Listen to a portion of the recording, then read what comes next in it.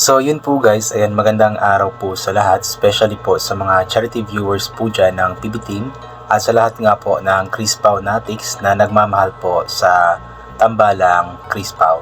So in this video po is another topic po yung pag-uusapan po natin. This time po is about po ito doon sa lupa nga po nila Chris na, kung saan nga po is talagang sobrang natuwa nga po si Chris na dahil nga po nalaman po niya na yung pinagbentahan po nila ng lupa nila dati, yung teacher po yata iyon, ay pumayag na nga daw po ito na muling ibalik or ibenta pabalik sa kanila yung lupa. Ito kasi yung iniyakan talaga ni Chris na last time, kasi nga po gustong gusto po talaga niyang makuha po yung lupa po na iyon dahil nga po napaka memorable ng lupa po na ito. Kumbaga may sentimental value po yung lupa po na iyon. Kaya instead na bibili nga po si Krista ng ibang lupa, is gustong gusto po talaga niya na mabawi po yung lupa po na iyon. However, nung last time is parang hindi po pumayag po yung pinagbentahan po nila na ibalik or ibenta pabalik nga po yung lupa na iyon. And then recently lang dun sa vlog nga po ni Sir Paul is tuwang-tuwa nga po si Krista kasi nga po nalaman po niya na pumayag na nga daw po yung nakabili ng lupa na ibenta ito pabalik sa kanila, which is isa po ito sa alam kong pangarap talaga ni Chris, na isa po ito sa wish po niya, sa dream po niya na makuha nga pong muli yung lupa po na iyon para doon po itirik o itayo yung kanyang pangarap na bahay po para sa kanyang pamilya. So yun, di ba, napakabuti po ng Panginoon kasi unti-unti nga pong tinutupad ng Panginoon lahat po ng mga wishes ni Chris na especially po yung wish po niya na para sa kanyang pamilya, talagang unti-unti pong natutupad. Although hindi pa nila alam kung magkano ibebenta yung lupa sa pabalik sa kanila, kasi ang gusto nga daw po nung nakabili ng lupa na mag-usap muna sila sa personal sa pag-uwi nga po ni Chris na dito sa Davao City. And tinanong nga po siya ni Sir Paul kung may pambili ba siyang or may pera ba siya na pambili ng lupa, pero nagbiro po si Chris na mangungutang daw po siya kay Sir Paul. Pero alam ko naman na kayang-kaya po ito ni Chris na, pero ipag-pray po natin na sana wag masyadong lakihan yung presyo ng lupa kasi ilang taon na nga ba itong naibenta? 5 years yata ago. So yung lupa po kasi every year is tumataas kasi yung value ng lupa, so tumataas yung presyo.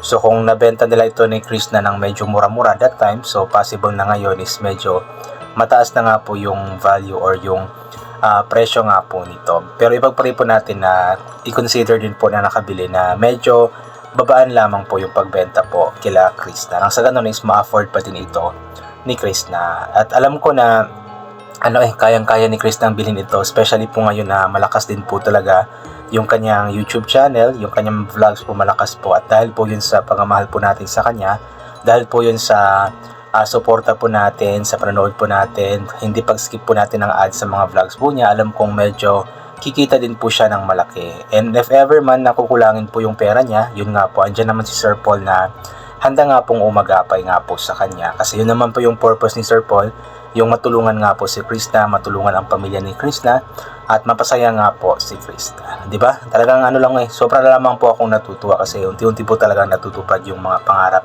ni Krista para sa kanyang pamilya. So kapag nabili na nga po nila pabalik itong lupa na ito, ay ang problemahin na lamang po ni Krista is yung pagpapatayo nga po ng dream house para sa kanyang pamilya. At alam kong kayang-kaya din ito ni Krista, basta andyan lang po tayo palagi na sumusuporta nga po sa kanya. At nagpapasalamat po tayo sa lahat ng mga nagpray po. Alam kong marami pong nagpray na mangyari nga po ito, kasi isa po ito sa wish ni Krista nung nasa po siya, di ba? Yung nasa barko po sila. Isa po sa wish po niya na yun nga po, matupad po niya yung pangarap para sa kanyang pamilya na mabigyan ng lupa at mapabahayan. At yung lupa nga po na kanyang inaasam-asam na makuwang muli ay ito na nga po, maibabalik na nga po sa kanila. Kaya talagang napakabuti ng Diyos kasi napakabuti din naman kasi na tao ni Chris na. Kumbaga lahat po ng kabutihan na ginagawa ni Chris na, yung kanyang kabaitan is ibinabalik lamang po ng Diyos sa kanya. Kumbaga good karma ito para sa kanya, especially na pinapasaya po tayo palagi ni Chris na. So yun po yung good karma na ibinalik po ng Diyos sa kanya. At salamat din kay Sir Paul kasi andyan po siya palagi na sumusuporta kay Chris na, and of course po sa PB Team na andyan din po palagi na gumagabay din po kay Krishna. So ito po, basahin po natin yung ilan po sa mga komento ng mga tao pong sobrang natuwa din po sa balita po na ito. And yung lupa pala sa likod po ng sa likod nila Krishna tsaka yung Sir Paul dito sa ginawa kong thumbnail ay sample lang po yan na lupa, hindi po yan yung actual po na lupa nila Krishna. Sample lamang po para may maipakita po tayong lupa po talaga. So ito po, Rosemary Dawa, tuwang-tuwa si Krishna, mabili na niya ulit yung lupa na naibenta ng magulang niya. Happy for you, Krishna. Yes po, sobrang tuwa po talaga ni Krishna kasi isa ito sa pangarap po talaga niya, yung muling makuha nga po, yung maibalik nga po sa kanyang mga magulang, sa kanyang pamilya, ang lupang kinagisnan nga po nila. At talagang natupad po ito. Kaya alam kong sobrang saya po talaga ni Krishna. Tuwang-tuwa po talaga siya. Teresita Diama, maraming salamat sa Panginoong Diyos, hindi ka binigo, Chris, dahil sa sobrang mong bait, binigay niya ang pinapangarap mong lupa para sa pamilya. Masaya kami sa balitang ito. Sana pag-uwi sa Davao, tuloy ang ligaya. Yes, ipag-pray po natin na tuloy-tuloy nga po ang ligaya pag-uwi niya ng Davao. So magkikipag-usap siya dun sa nakabili ng lupa nila dati.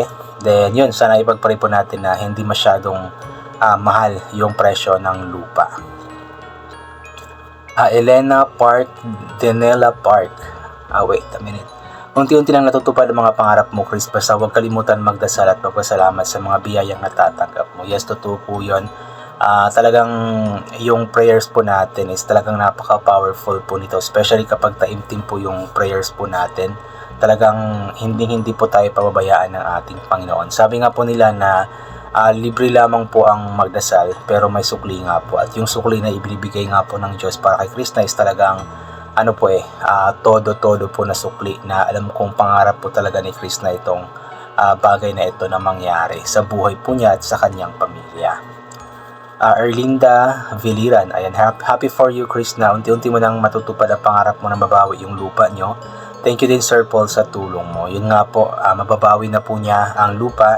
Then after that is planuhin naman po nila yung about nga po sa bahay na ipapatayo ni Krishna. At doon nga po sa Mindoro, sa Talauto, Mindoro, parang kumukuha po ng idea si Krishna po doon sa farmhouse nga po ni Toots TV, para at least meron siyang idea din po kung anong ipapatayo niyang bahay para sa kanyang pamilya.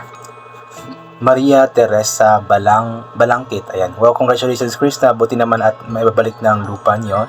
Salamat naman po at nahaplos ang puso ng tao na yun. Yun nga po, nagpapasalamat po tayo kasi nga po nahaplos po talaga ang puso na nakabili ng lupa nila dati.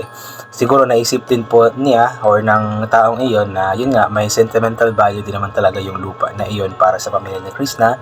Kaya naisipan po niyang ibenta ito pabalik sa pamilya ni Krishna. Lynn Castillo, wow, congratulations Krishna, mahusay, makakuha mo na uli ang lupa nyo. God is good talaga.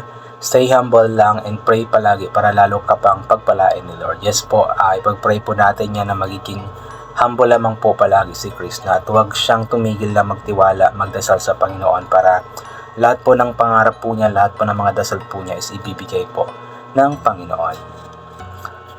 Nora de los Santos, wow, sobrang sayo ko para sa iyo, pretty Krishna, mahusay. Buti naman sa wakas may balik na sa inyo ang lupa na naibenta dati ng magulang mo.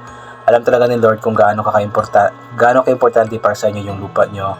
Kaya may balik na talaga yan sa inyo. Yun nga po, talagang napakalaki po ng sentimental value po ng lupa po na iyon po talaga. Kaya yun nga po, talagang pinagbigyan po ng Panginoon kung ano man po yung ipinagdasal ni Krishna at ang kanyang pamilya. At may babalik na po talaga sa kanila yung lupa po na ito. Leia Cordero, grabe, super happy ako for you Langga, Krishna, mahusay, basta ituloy mo lang ang mga nasimulan mo na. Ito na yung simula sa lahat ng pangarap mo sa pamilya mo. Lagi mong tandaan, andito lang kami, always na susuporta sa inyong dalawa ng langlang mo. Mahal namin kayo ng Team Paldo, God bless po, ingat palagi. Ayan, so love na love po talaga ng Team Paldo itong si Krishna, idol natin. Lalisa Manuban, good news nga yan Krishna, congrats, thank you Lord, isang pangarap niya ang matutupad, more blessings pa sa'yo, sipag ng tamang tao kasama mo, possible lahat dahil kay God, ingat po palagi, thank you Sir Paul. Ayan, tama po, tamang tao yung kasama po talaga ni Krishna, si Sir Paul, yung PB team, sila yung mga tamang tao na talagang nakakatulong po kay Krishna ngayon. At yun, I think hanggang dito na lamang po muna itong gagawin ko na reaction video. So thank you so much po sa lahat ng mga palaging bumabalik sa aking YouTube channel. So galin po natin magdasal ng pasalamat sa lahat ng mga bagay na ating natatanggap. Kahit na di po natin ito hinihingi kasi nga po lahat ng mga bagay na ito ay kaloob sa atin ng ating Panginoon. So God bless po and bye for now po.